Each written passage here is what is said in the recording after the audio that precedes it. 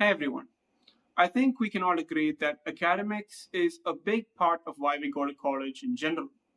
Today I'll be showing you what I wish I had before I joined Krea University, which is a bit more of an outline of the notes I take down in class.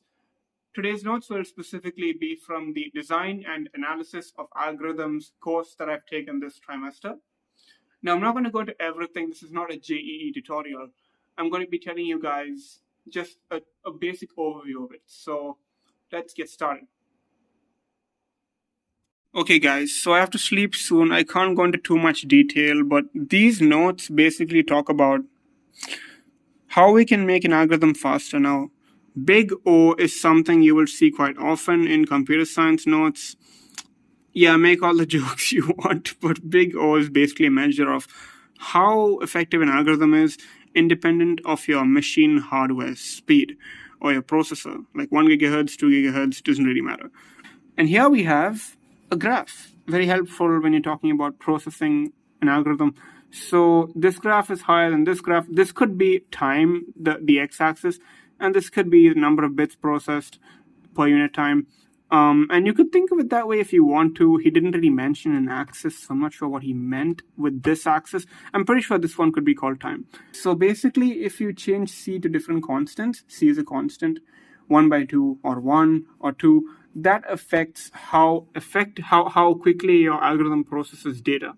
Yeah, so basically you have a general sense that this is talking about how to make an algorithm a little bit more effective and efficient. This is, for example, a function to multiply two numbers. It's very interesting, but I'm not going to go into it right now. If you want, you can pause the video at any time and look at it.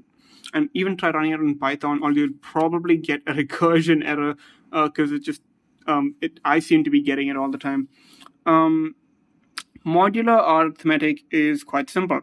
You can separate a long sequence of numbers into parts. So Monday will be every 0th, 7th, and 14th day, and so on. Tuesday will be every 1st, 8th, 15th. In the sequence, it could go on forever. Basically, they're completely partitioned and they cannot be mixed. That's the general idea here.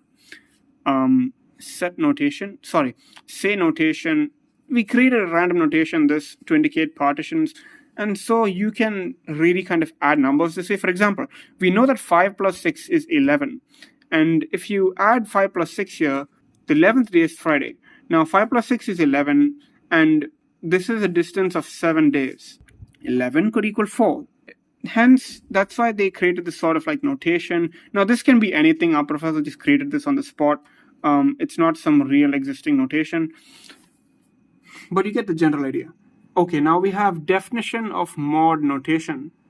You read this as x is congruent to y mod n, if and only if n divides x minus y. No, this is not a spelling mistake. I'm not that stupid. This is how you say if and only if in mathematics. These are basic things that you basically learn in like grade 6. And so we kind of go over the basic properties of what you can do with a mod number here, right? GCD, all right. Many professors seem to be infatuated with this concept. I don't know why, but they just are. The greatest common denominator. This is something I remember learning in grade 5. So basically, what's the smallest number that divides these two numbers? So say 12 and 21. You want to find the GCD of 12 and 21, right? You have these factors of 12, these factors of 21, and the smallest among the common factors is 3. Again, pause the video and look at this, and it'll make sense to you if it doesn't already. All right, at least one GCD will exist between two numbers. The cost of division is talked about in terms of the big O that we mentioned earlier. Big O of x, big O of y are added together to create the big O of the whole algorithm. Right, so the question here is write an algorithm to find the intersection of A and B. Very simple. You create an empty list, and for each element of A and for each element of B, you ask if that element is equal to the same element in B of the same index. And if they are, you add them to the list that you created. If not, then you just kind of ignore the number. So this assumes that A and B are just lists, right, that exist. Again, pause the video, it'll make sense. Ah, yes, and of course, cardinality is something we learned in our last trimester. So basically, cardinality of A and cardinality of B is the number of elements in lists A and B, and if you multiply them, you'll get the cardinality of the algorithm. Like, sorry, how many steps this algorithm will have, right? Because you can think of it like a table, like a grid, and A and B are each axis of the grid. Again, very simple if you stop and think about this. Right. Okay, this is basically a Fibonacci sequence to find. So if you don't know, Fibonacci is basically, the Fibonacci sequence is a sequence of numbers that starts from 0 and goes on endlessly. And basically, a Fibonacci number is basically the sum of the number before a given number and the number before that. And you get this weird sequence of numbers that seems to be present in many natural objects. But that's a long story. Basically, this is the algorithm behind that. These are just basic functions, and we're basically trying to represent the Fibonacci sequence as a function here. And we're trying to computerize the Fibonacci sequence and talk about it in terms of an algorithm in general. Again, this is not Python, this is not C, this is just, think of it like just code for any algorithm. Syntax does not matter here, we're just talking about the algorithm as an idea. All right. Again, like we've tried to make it a function at this point.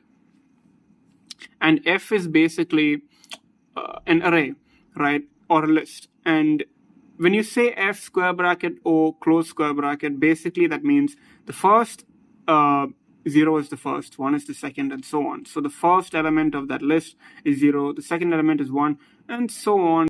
And so the Fibonacci sequence is calculated by adding the previous and the one before that. And so you get this number, and that is basically the next number. And so this is another algorithm for the Fibonacci sequence. It's another way of looking at it, basically. Again, more about what big O is.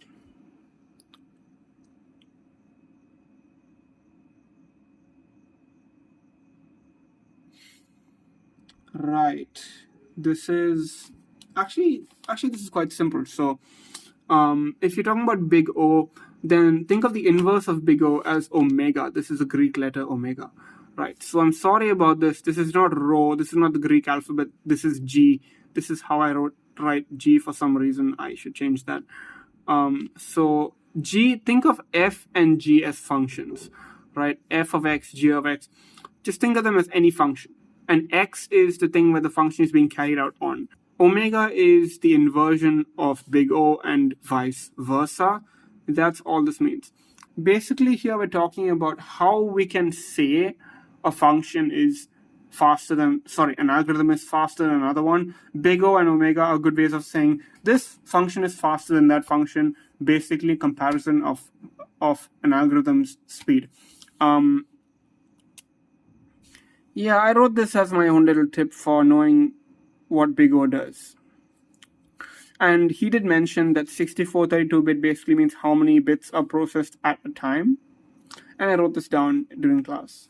Thank you for watching. I hope this video gave you useful insights in as to what we learned at Krea University, in the second year at least, in computer science. I hope you're having a good day, and I'll see you in the next show. Good night.